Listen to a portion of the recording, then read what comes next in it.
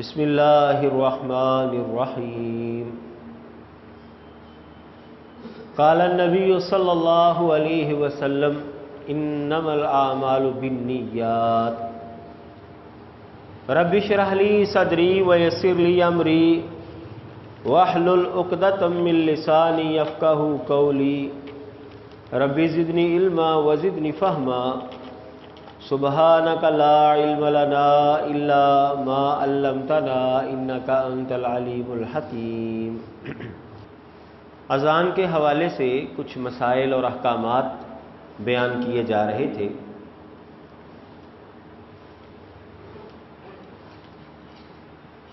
اسی مضمون کو آگے بڑھاتے ہوئے اذان اور اقامت کی شرائط اور مستحبات وغیرہ کے حوالے سے چند باتیں آپ کے سامنے رکھتا ہوں۔ اہل علم نے دلائل کو مد نظر رکھ کر اذان کی کچھ شرائط مقرر کی ہیں، بیان کی ہیں۔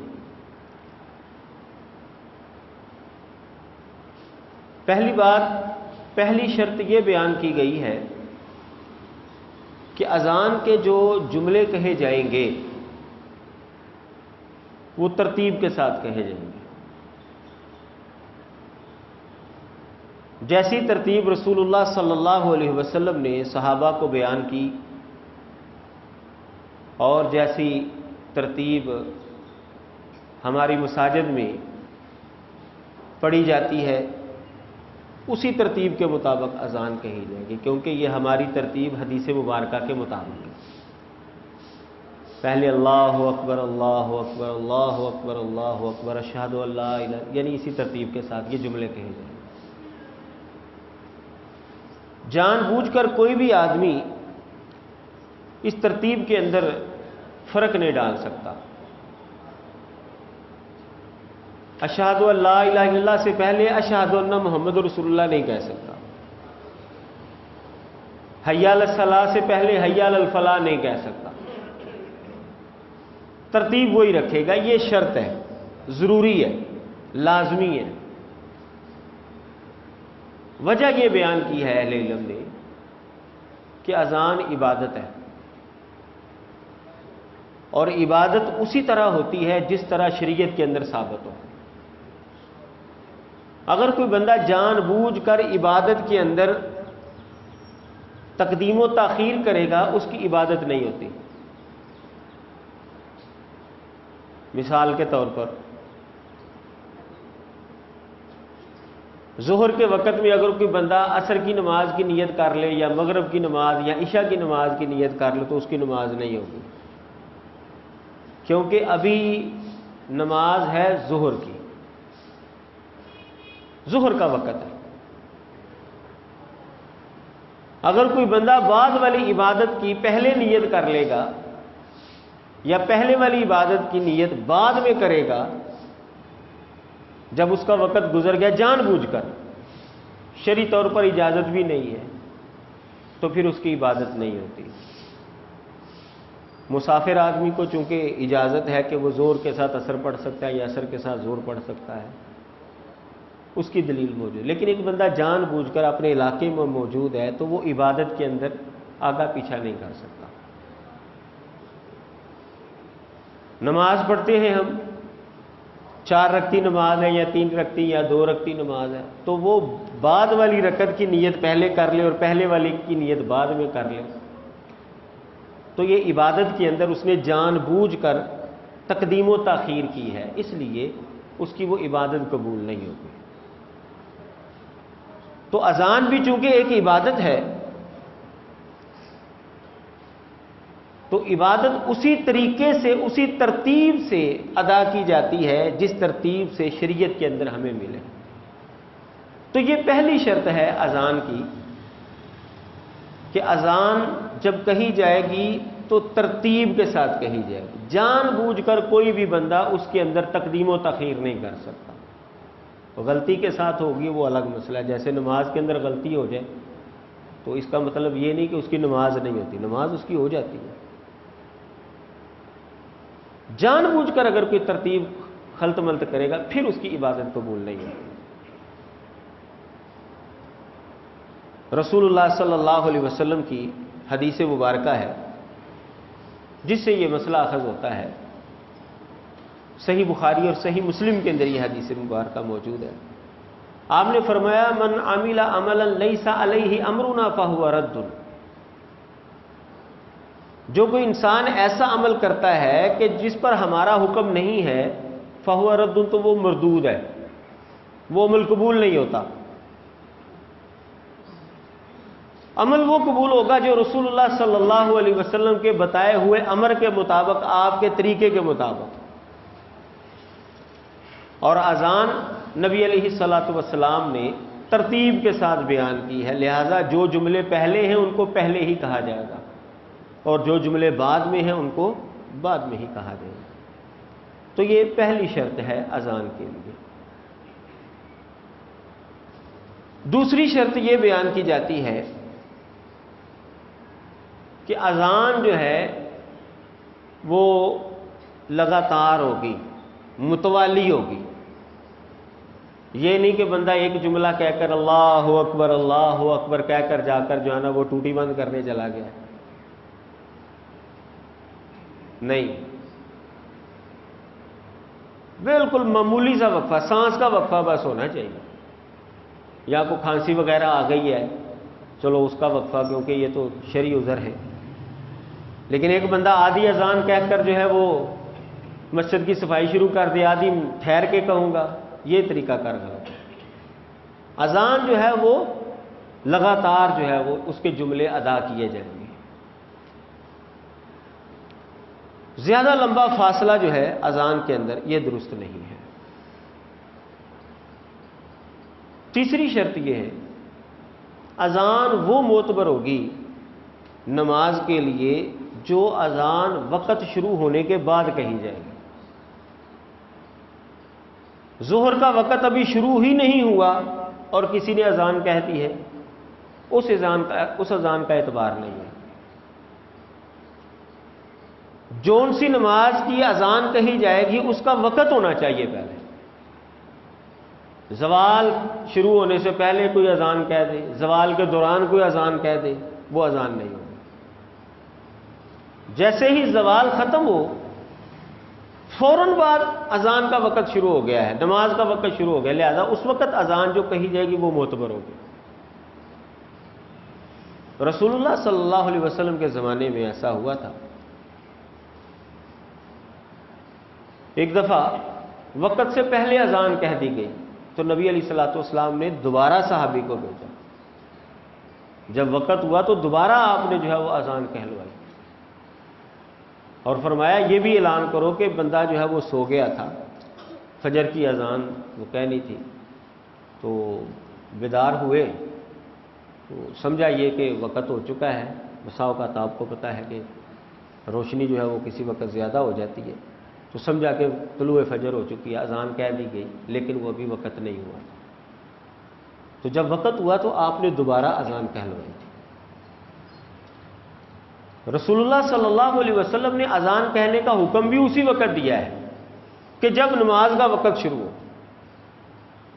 صحیح بخاری اور صحیح مسلم کے اندر حدیث ہے، نبی علیہ الصلوۃ والسلام نے صحابہ کو فرمایا تھا اذا حضرت الصلاۃ فلیؤذن لکم احدکم، جب نماز کا وقت ہو جائے تو پھر تم میں سے کوئی ایک اذان کہے۔ نماز کا وقت شروع ہونے سے پہلے اگر کوئی اذان کہتا ہے تو اس اذان کا اعتبار نہیں ہوگا، اذان جو ہے وہ دوبارہ کہلائی جائے گی۔ ہمارے ہاں اذان جو ہے وہ اس کے لیے جو وقت مقرر کیا گیا ہے وہ نماز کا وقت شروع ہونے کے کوئی آدھا گھنٹہ بعد، کوئی 15 منٹ بعد یا گھنٹہ بعد جو ہے وہ بعض مسجدوں میں اذان کہی جاتی ہے۔ تو وہ جو وقت مقرر ہے اس وقت سے پہلے اگر اذان کہہ دی گئی، جو مسجدوں کے اندر وقت مقرر کیا گیا ہے، مثال کے طور پر 3:30 بجے جو ہے وہ عصر کا وقت شروع ہوتا ہے، لیکن اذان کا وقت مقرر کیا گیا ہے 4 بجے، اگر کوئی بندہ 3:45 بجے اذان کہہ دیتا ہے تو وہ اذان معتبر ہے، کیونکہ یہ اذان کہی گئی ہے وقت شروع ہونے کے بعد، نماز کا وقت شروع ہونے کے بعد کہی گئی۔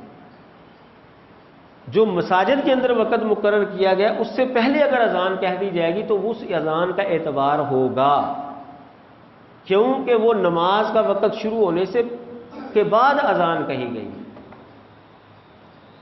یہ نہیں کہ 15 منٹ پہلے کہہ دیا آپ نے تو کوئی آ گیا نہیں جی دوبارہ اذان کہے، اذان کا وقت تو ابھی ہوا ہے۔ بھئی وہ آپ کی مسجد کا وقت ابھی ہوا ہے، اذان کا وقت جو ہے وہ تو 3:30 بجے سے شروع ہو چکا ہے۔ لیکن اگر کوئی 3:30 بجے سے پہلے اذان کہے گا اس کا اعتبار نہیں، کیونکہ ابھی نماز کا وقت شروع ہی نہیں ہوا۔ ہاں وہ دوبارہ اذان کہی جائے گی جب نماز کا وقت ہو۔ یہ تیسری شرط ہے۔ چوتھی شرط یہ ہے، اچھا یہاں پر ایک ضمنی مسئلہ کہ پچھلے جمعے میں بیان ہوا تھا کہ فجر کی 2 اذانیں ہیں، ایک طلوع فجر سے پہلے کہی جاتی ہے۔ تو جو طلوع فجر سے پہلے اذان کہی جاتی ہے اس کا مقصد نبی علیہ الصلوۃ والسلام نے خود اسی حدیث کے اندر بیان کر دیا ہے، لیرجع قائمکم وینبہ نائمکم، کہ جو تہجد پڑھ رہا ہے وہ واپس چلا جائے اور جو سویا ہوا ہے وہ بیدار ہو جائے۔ اس اذان کا مقصد یہ ہے، وہ نماز کے لیے نہیں ہے۔ نماز کے لیے جو اذان کہی جائے گی یہ اس وقت کہی جائے گی جب نماز کا وقت شروع ہو جائے گا۔ تو جو پہلی اذان کہی جاتی ہے طلوع فجر سے پہلے، وہ وقت سے پہلے کہی جاتی ہے، لیکن اس کا مقصد اور ہے، اس کا مقصد جو ہے وہ نماز نہیں ہے۔ جو دوسری اذان کہی جاتی ہے ہمارے ہاں تو ایک ہی روٹین کے مطابق اذان کہی جاتی ہے فجر کی، تو وہ جو اذان ہے وہ طلوع فجر کے بعد کہی جاتی ہے، کیونکہ وہ نماز کے لیے اذان ہے۔ چوتھی شرط یہ ہے کہ اذان کے اندر تلفظ اتنا غلط نہیں ہونا چاہیے کہ معنی بگڑ جائے۔ جیسے قرآن مجید کی تلاوت کے اندر تلفظ اتنا غلط نہ ہو کہ معنی بگڑ جائے، اسی طرح اذان کے اندر تلفظ اتنا غلط نہ ہو کہ معنی ہی اس کا جو ہے وہ کوئی سے کوئی بن جائے۔ اب اگر کوئی اللہ اکبر کی بجائے اللہ اکبر کہہ دے، یہ تو ایسی غلطی ہے کہ اکبر یہ کون سا لفظ ہے؟ عربی زبان کے اندر اس کا کوئی معنی ہی نہیں بنتا۔ کئی ہمارے بزرگ خاص طور پر گاؤں کے اندر وہ اس طرح کی اذانیں جو ہیں وہ کہتے ہیں کہ ان کا تلفظ بہت ہی خراب ہوتا ہے، جس کا معنی ہی کوئی نہیں بنتا۔ تو اگر کوئی لفظ ایسی تبدیلی کے اندر آ جائے جو معنی بگڑ جائے یا معنی ہی ختم ہو جائے تو اس کا مطلب یہ ہے کہ وہ الفاظ ہم نے شرعی طور پر ادا نہیں کیے۔ جب شرعی طور پر ادا نہیں کیے تو وہ ادائیگی شماری نہیں ہوگی۔ اس لیے اذان اس کو کہنی چاہیے جس کا تلفظ درست ہو، الفاظ واضح ہو، صحیح جملہ جو ہے وہ ادا کر سکے۔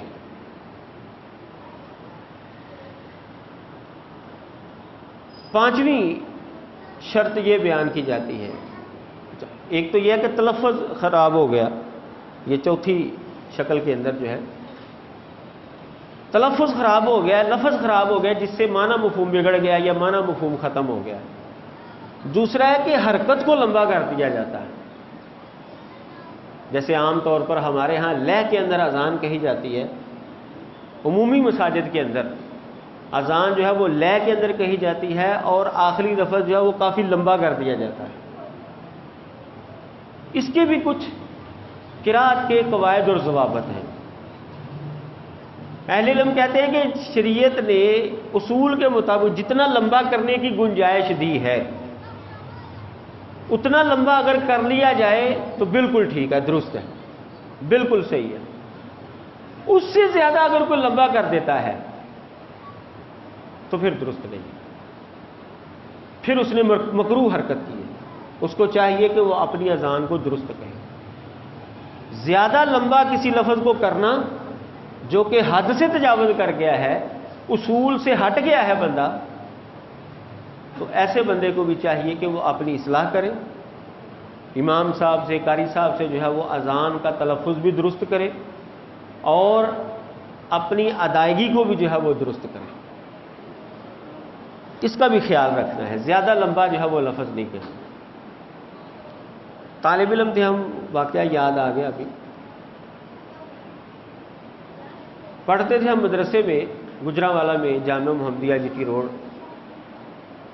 ہمارے شیخ اور استاد مولانا عبداللہ رحمہ اللہ جو شیخ الحدیث تھے، مرکزی جمعیت اہل حدیث کے سرپرست تھے، وہ بیٹھے ہوئے تھے، کوئی کسی علاقے سے کوئی بندہ آ گیا اپنے کسی رشتہ دار کو یا بیٹے کو ملنے کے لیے، تو اذان کا وقت ہوا تو اس کو اذان کے لیے انہوں نے کھڑا کر دیا۔ اس آدمی نے اتنی لمبی اذان کہی، اتنی لمبی اذان کہی۔ آپ کو پتہ ہے اذان اور نماز کے اندر 15 منٹ کا فرق ہوتا ہے عمومی طور پر مساجد میں، اس نے 18 منٹ کی اذان کہی۔ سارے طالب علم بھی بیچارے وضو کر کے کھڑے ہیں صفوں میں کہ اذان ختم ہو تو سنتیں شروع کریں، استاد بھی پریشان ہے، اب اس کو پیچھے بھی نہیں کر سکتے کہ کیا کرے، وہ اذان کہہ رہا ہے بندہ، اتنی لمبی اذان اس نے کہی ہے، 18 منٹ لگا دیے اس نے اذان۔ استاد محترم نے پھر بعد میں جو ہے نا خوب اس کی جو ہے نا وہ کلاس لی کہ یہ کیا طریقہ کار ہے، یہ کیسی اذان کہہ دی، 18 منٹ کی اذان کہہ دی ہے تو نے، اتنی لمبی اذان، اتنی لمبی اذان کہ اصل وقت جو ہے وہ بھی سنتوں کا وقت بھی تو کھا گیا سارے کا سارا۔ تو بعض لوگ جو ہیں وہ بہت طویل اذان جو ہے وہ کہنے کے عادی ہوتے ہیں، تو ہم نے اس کا مشاہدہ کیا ہوا ہے، تو یہ طریقہ کار بھی درست نہیں ہے۔ کسی بھی جملے کو اتنا لمبا کیا جائے گا جتنی گنجائش ہے، جتنی اجازت ہے۔ اگر کوئی اجازت سے بڑھ کر کسی جملے کو لمبا کرتا ہے تو اسے اپنی ادائیگی درست کرنی چاہیے، قاری صاحب سے رابطہ کرنا چاہیے اسے۔ 5ویں شرط یہ ہے اذان کے لیے کہ اذان کہتے ہوئے گنگنانا نہیں ہے کہ صرف اپنے تک ہی آواز آئے۔ اذان کا اصل مقصد ہے لوگوں کو بتانا کہ نماز کا وقت ہو گیا۔ اذان جو ہے وہ بلند آواز کے ساتھ کہنی چاہیے۔ پرانے زمانے میں جب یہ لاؤڈ سپیکر نہیں تھا تو اس وقت تو کسی اونچی جگہ پر کھڑے ہو کر، چھت پر یا کسی مینارے پر کھڑے ہو کر اذان کہی جاتی تھی تاکہ اہل محلہ کو آواز پہنچ جائے۔ نبی علیہ الصلوۃ والسلام کے زمانے میں بھی ایسا ہی تھا۔ مسجد نبوی کے قریب جو انصاری خاتون کا مکان جو ہے وہ سب سے اونچا تھا، حضرت بلال اس کے اوپر کھڑے ہو کر اذان کہا کرتے تھے۔ تو اب لاؤڈ سپیکر آ گیا ہے تو اس کے اندر جو اذان کہی جاتی ہے وہ ظاہر ہے وہ کافی حد تک جو ہے وہ لوگوں کو سنائی دیتی ہے۔ تو اذان کا اصل مقصد ہے لوگوں کو آواز پہنچانا کہ نماز کا وقت ہو گیا۔ جیسا کہ جب اذان شروع ہوئی تھی، وہ حدیث مبارکہ میں نے آپ کے سامنے رکھی تھی پہلے خطبے میں جب ہم نے یہ موضوع شروع کیا تھا کہ نبی علیہ الصلوۃ والسلام نے صحابہ سے مشورہ کیا تھا کہ لوگوں کو نماز کا وقت کیسے بتایا جائے، تو مختلف مشورے آئے۔ تو ایک صحابی نے پھر خواب میں جو ہے وہ اذان دیکھی تو آ کر نبی علیہ السلام کو بتایا۔ تو یہ اذان کا اصل مقصد ہے لوگوں کو نماز کا وقت بتانا۔ تو اگر کوئی بندہ اذان کہنے کے لیے کھڑا ہوا ہے اور بس وہ منہ کے اندر ہی اذان کہہ رہا ہے، لوگوں کو آواز ہی نہیں پہنچانے کی کوشش کر رہا، تو وہ اذان بھی درست نہیں ہے۔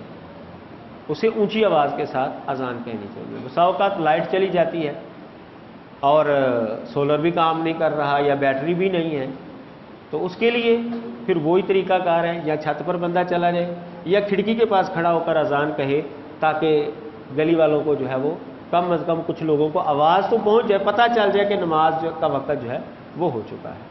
تو اذان کا اصل مقصد ہے لوگوں تک آواز پہنچانا۔ تو اگر کوئی بندہ منہ میں ہی گنگنا رہا ہے اذان تو اس کو اذان دوبارہ کہنی پڑے گی تاکہ لوگوں کو آواز پہنچ جائے۔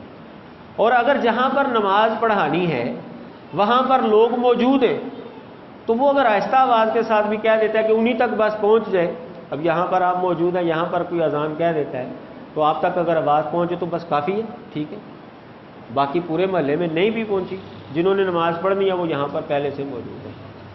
لیکن اگر لوگ موجود نہیں ہیں تو پھر کوشش کرنی ہے جتنا بھی ممکن ہو سکے، ممکن حد تک، کیونکہ انسان اتنا ہی مکلف ہے جتنی اس کے اندر استطاعت اور طاقت ہے، لا یکلف اللہ نفسا الا وسعہا، تو ممکن حد تک کوشش کرنی ہے کہ لوگوں تک اذان کی آواز جو ہے وہ پہنچ جائے۔ تو منہ میں گنگنا کر اذان جو ہے وہ نہیں کہی جائے گی، اذان جو ہے وہ بلند آواز کے ساتھ کہی جائے گی۔ نبی علیہ الصلوۃ والسلام نے ایک صحابی کو یہی حکم دیا تھا، اذا کنت فی غنمک او بادیتک فاذنت فرفع صوتک بالنداء، کہ جب تو جنگل بیابان میں ہو، اپنے جانوروں کو لے کر وہاں پر موجود ہو، جماعت کروانا چاہتا ہے تو تو اذان کہہ، فرفع بلند کر، صوتک بالنداء اذان کہتے ہوئے اپنی آواز کو۔ اذان کے اندر آواز جو ہے وہ بلند ہونی چاہیے، یعنی نبی علیہ الصلوۃ والسلام نے اس صحابی کو بھی آواز بلند کر کے اذان کہنے کا کہا جو اکیلا ہی ہے بیابان کے اندر اور اس کے ساتھ کوئی نہیں ہے، لیکن وہ چاہتا ہے کہ میں جی جماعت کرواؤں، اکیلا ہی جماعت کرواؤں، نہیں اس کے ساتھ کوئی ہے تو کوئی مسئلہ نہیں۔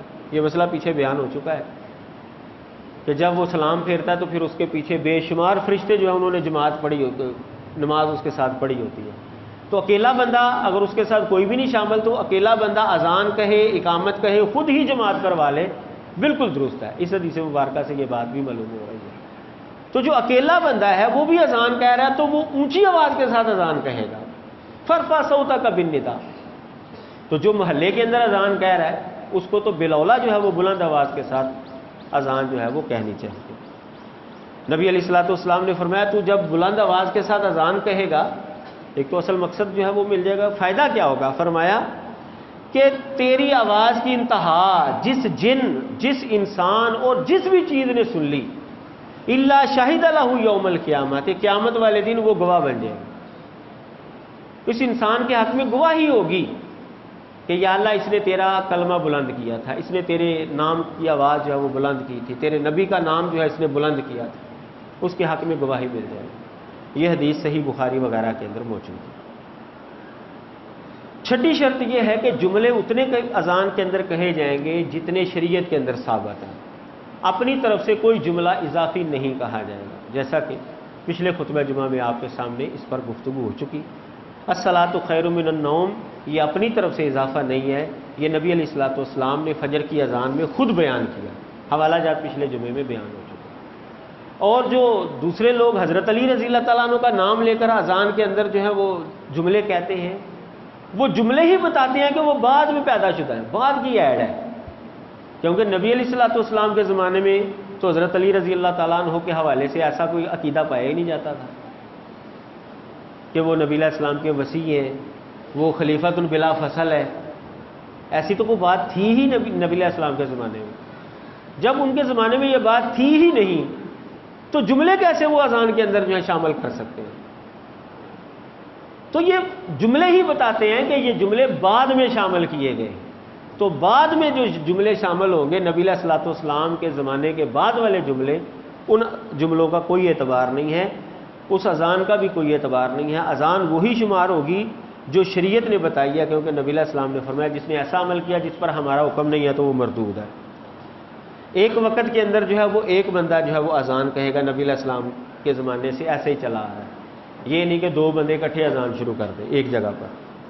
اذان اور اقامت کے لیے نیت کا ہونا ضروری ہے، انما الاعمال بالنیات، نبی علیہ السلام نے فرمایا کہ اعمال کا دار و مدار نیت پر۔ ایک بندہ ویسے جو ہے وہ اذان گنگنا رہا ہے، اپنی لے سیدھی کر رہا ہے تو اس کا اعتبار نہیں ہوگا۔ ہاں اگر کوئی نیت کے ساتھ اذان کہہ رہا ہے کہ یہ جو میں اذان کہنے لگا ہوں یہ فلان نماز کے لیے، اس اذان کا اعتبار ہوگا، کیونکہ نبی علیہ السلام نے فرمایا نیت کے بغیر عمل کا کوئی اعتبار نہیں۔ تو نیت اگر ہوگی تو اذان ہوگی، اگر وہ ویسے سیکھنے کے لیے اذان کہہ رہا ہے یا ویسے اپنی لے درست کرنے کے لیے کہہ رہا ہے یا ویسے گنگنا رہا ہے اور کہے چلو جی نماز کا بھی وقت ہوگا چلو اس کا میں ہم اعتبار کر لیتے ہیں، نہیں، ایسی اذان کا اعتبار نہیں ہوگا کیونکہ اس کی نیت نہیں تھی۔